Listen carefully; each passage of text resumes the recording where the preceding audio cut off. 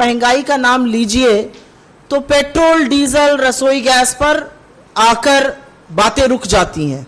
हाहाकार उस पर मच जाता है। 1000 रुपए का रसोई गैस है, 100 के पार पेट्रोल है, 90 का आंकड़ा डीजल क्रॉस किए हुए कई जगहों पर।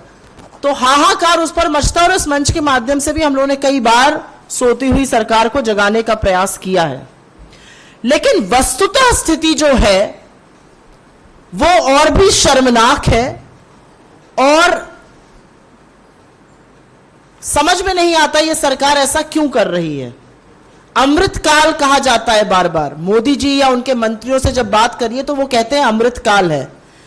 ऐसा गजब अमृतकाल आया है और आंकड़े आपको बताते हैं कि 2014 से लेकर 2022 आज जब हम बात कर रहे हैं तो पेट्रोल, डीजल, रसोई गैस के दाम तो बढ़े ही हैं और प्रायः इसी पर ही वाद विवाद शुरू हो जाता है। दाम सबसे ज्यादा बढ़े हैं आटे के, चाय पत्ती के, सब्जियों के, खाने के तेल के, दूध के।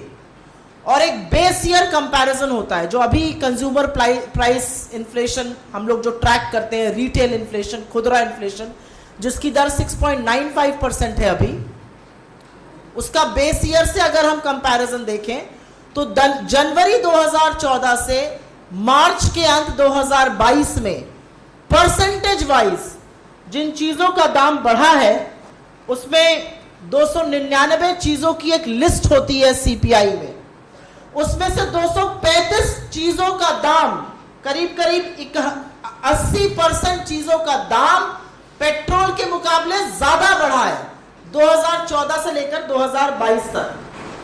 और एक विडंबना यह है कि हम आशा करते हैं कि कभी क्रूड गिरेगा, जब गिरता भी है, चुनाव आएंगे तो पेट्रोल का दाम बढ़ना बंद हो जाता है। पेट्रोल का दाम सरकार के हाथों में लगातार रहता है, जब चाहते हैं बढ़ाते हैं, जब चाहते हैं घटाते हैं। तो एक ये आशा कहीं ना कहीं रहती है कि चलो चुनाव आएगा, पेट्रोल का दाम नहीं बढ़ेगा। लेकिन जिन चीजों के बारे में हम आज बात करने जा रहे हैं उसके दाम लगातार बढ़ रहे हैं और वो इस तरह से बढ़ रहे हैं कि वो घटेंगे नहीं। उसकी जो रेट है, जो बढ़ने की दर है, वो एक ही तरफ है और वो ऊपर की ओर है। और इसीलिए शायद आंकड़ों के मुताबिक घर चलाने का खर्चा पिछले 2 साल में ही, हम तो आपके सामने 8 साल के आंकड़े लेकर आए हैं कि लेकिन पिछले 2 साल में ही घर चलाने का खर्चा करीब 44% बढ़ गया है। ये हम आपके साथ शेयर करेंगे, इसमें सारा डेटा है। इन्फ्लेशन रेट जनवरी 2014 से लेकर मार्च 2022 तक, और ये बेस ईयर पे कंपैरिजन है। आप मुर्गा मछली का दाम देखिए तो वो तो 95%, 57% बढ़ा है। पेट्रोल उसके मुकाबले 31.3% बढ़ा है। दूध लगभग 40% बढ़ा है पेट्रोल से ज्यादा। घी करीब 38% बढ़ा है पेट्रोल से ज्यादा। गेहूं और आटा 27% बढ़ा है जो हर घर में खाया जाता है। सरसों के तेल में करीब 96% की बढ़त आई है। रिफाइंड ऑयल में लगभग 90% बढ़त हुई है। मूंगफली का तेल जिसको ग्राउंड नट ऑयल कहते हैं 80% बढ़त। करीब 48% बढ़त, 48% बढ़त आपको दाल जैसे अरहर और तूर दाल में, और मूंग दाल जो मुझे तो ऐसा लगता है खिचड़ी और ज्यादा बीमारी में खाई जाती है, उसमें 32% बढ़त हुई है। यह भी पेट्रोल के परसेंटेज बढ़त से ज्यादा है। सब्जियों के दाम में आग लगी हुई है। प्याज में 8 सालों में 68% वृद्धि हुई है। बैंगन जैसी सब्जी में, जो बच्चे जरूर नाक मुंह सिकोड़ते होंगे, लेकिन सच है कि बैंगन में 56% की वृद्धि हुई है। अन्य सब्जियां 51% बढ़ी हैं। पालक और बाकी साग सब्जी 41%। ये भी पेट्रोल के 31.3% बढ़त से ज्यादा है।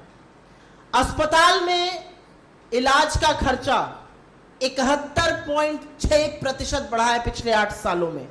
दवाइयों में लगभग 55% की वृद्धि हुई है। बाहर से अगर आप खाना खाते हैं ठेले पे, खोमचे पे, होटल्स में, करीब 55% बढ़ा है। बस का किराया करीब 54% बढ़ा है। ट्यूशन फीस, सबको पता है कि महामारी के दौरान और आर्थिक मंदी के चलते सबसे ज्यादा मुश्किल मध्यम वर्ग परिवारों को बच्चों का ट्यूशन फीस देने में हुई, वो 51% बढ़ी है। घर का किराया 46% बढ़ा है। और ये सारी चीजें मैं फिर से दोबारा से कहूंगी, पेट्रोल 31.3% और ये सारी चीजें उससे ज्यादा पिछले 8 सालों में। तो सिर्फ महंगाई से ही लोगों को त्रस्त नहीं किया जा रहा है, जो थोड़ी बहुत जमा पूंजी आपकी बैंक में है, एफडी में, उसमें भी डाका डाला जा रहा है और आपके सर के ऊपर कर्जा भी का बोझ बढ़ रहा है। यह सच है कि भारत की जो वित्त मंत्री ने थोड़े दिनों पहले आंकड़े रिलीज किए थे, दिसंबर 2021 की तिमाही में हमारा जो एक्सटर्नल डेट है वो 46 लाख करोड़ के पार है। तो मोटे तौर पर, बुजुर्ग तो छोड़ दीजिए, आज इस देश का नवजात शिशु भी अपने सिर पर 46,000 रुपए का कर्जा लेकर पैदा होता है। तो अंत में सिर्फ एक ही बात कहनी है कि 2 या 3 ज्वलंत सवाल हैं, क्योंकि बार बार पेट्रोल, डीजल और रसोई गैस की बात होती है जो हर घर में इस्तेमाल होता है। लेकिन सवाल यह है कि जब इस देश की 84% आबादी की आय घटी है, जब इस देश के सबसे गरीब 15 करोड़ परिवारों की आय आधी हुई है, तो यह सरकार महंगाई को खत्म करने के लिए, महंगाई को पे लगाम लगाने के लिए क्या कारगर कदम उठा रही है। दूसरा सवाल सरकार के तमाम मंत्रियों और प्रधानमंत्री से है कि क्या उनको इस बात का इल्म है, क्या उनको इस बात की नॉलेज है कि महंगाई के ही चलते भारत में कुपोषण और भूखमरी दोनों के केसेस बढ़ रहे हैं। कुपोषण का इंडेक्स सरकार खुद जारी करके बताती है लोगों में कैसे कुपोषण बढ़ रहा है, और हंगर इंडेक्स में लगातार भारत का गिरना नेपाल, बांग्लादेश और पाकिस्तान तक के नीचे होना इसका सबूत है। कुछ चीजों का दाम आपके सामने जरूर कोट करना चाहती हूं। जो आटा 10 रुपए पे मिलता था, 20 रुपए पे मिलता था, आज वो 30 रुपए प्रति किलो है। पकौड़ा तलने वाला तेल 240 रुपए प्रति लीटर है। दूध का दाम अभी अभी बढ़ा है, मदर डेयरी का 1 लीटर का दूध 60 रुपए प्रति लीटर है।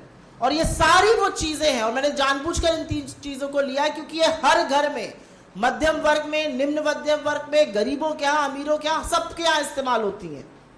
तो आखिर सरकार के पास इससे जूझने की, इनको कम करने की क्या रणनीति है? तो हमारा अपना मानना है, और ये 2 बड़ी मांगे हमारी हैं कि बिना वक्त बर्बाद किए, बिना वक्त जाया किए, सरकार बेलगाम दामों पर रोक लगाए, ठोस कदम उठाए। और शुरुआत जो है वो पेट्रोल, डीजल और रसोई गैस से की जा सकती, क्योंकि ये सच है कि इन सब चीजों का, जिनका हमने जिक्र किया, बड़े कारण पेट्रोल, डीजल और रसोई गैस है। डीजल मेन ट्रांसपोर्ट फ्यूल होता है, उसको बढ़ने से ही ज्यादातर चीजों के दाम बढ़ते हैं। हमारी ये भी मांग है कि जो सरकार लगातार इस मुद्दे से बच रही है और ध्यान भटकाने का काम कर रही है, अब वक्त आ गया है कि इकोनॉमी पर, और उससे ज्यादा जरूरी है महंगाई पर, एक श्वेत पेपर, एक श्वेत पत्र, एक व्हाइट पेपर प्रस्तुत करे और लोगों को बताए कि उसके पास क्या रणनीति है जिससे दामों में रोक लगाई जा सकती है। क्योंकि ये सच है कि महंगाई एक तरफ है और रोजगार का ना होना, घटती आय होने से ये महंगाई और भी ज्यादा कमर तोड़ रही है। I will in 2 seconds just very briefly make a point in English. We very often